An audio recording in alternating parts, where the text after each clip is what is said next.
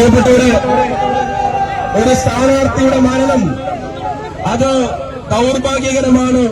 നമുക്കെല്ലാവർക്കും അദ്ദേഹത്തിന്റെ ഓർമ്മകൾക്ക് മുമ്പിൽ ആദരാഞ്ജലി അർപ്പിക്കുന്നു.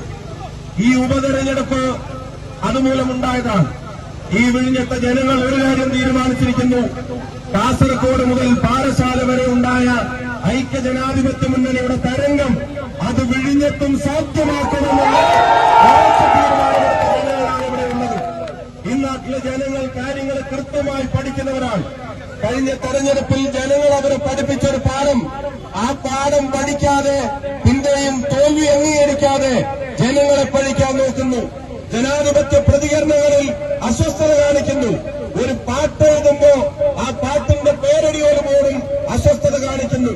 പാട്ട് എഴുതുന്ന ആളുകളുടെ ജാതിയും മതവും പരിഗണിച്ച് അവിടെ ആളുകളെ ജാതിയുടെയും മതത്തിന്റെയും പേരിൽ വേർതിരിക്കാൻ ശ്രമിക്കുന്നു. ഇക്കഴിഞ്ഞ ദിവസം ശ്രീ AK ബാലൻ BJP പോലും പറയാൻ മടിക്കുന്ന തരത്തിൽ വീണ്ടും ജനങ്ങളെ ഭിന്നിപ്പിക്കാൻ ശ്രമിക്കുമ്പോ ഒരു കാര്യം ഉറപ്പാണ്, ജാതിയും മതവും നോക്കാതെ ജനങ്ങൾ ഒരുമിച്ചാൽ ജയിക്കുന്ന ഏതെങ്കിലും ഒരു പ്രസ്ഥാനമുണ്ടെങ്കിൽ അത് ഐക്യജനാധിപത്യമുള്ളതാണ് എന്ന് നമുക്കറിയാം.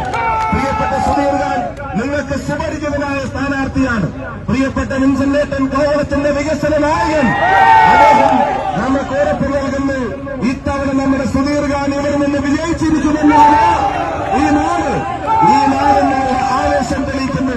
ഇനിയുള്ള മണിക്കൂറുകൾ അതിനുവേണ്ടി കഠിനാധ്വാനം ചെയ്യണമെന്നും പ്രിയപ്പെട്ട ജനങ്ങളോട് പറയുന്നു. കേരളത്തിൽ അനിവാര്യമായ മാറ്റത്തിന് കേരളത്തിലെ ജനങ്ങൾ ഐക്യജനാധിപത്യ മുന്നണിയെ നെഞ്ചേറ്റാൻ പോവുകയാണ്.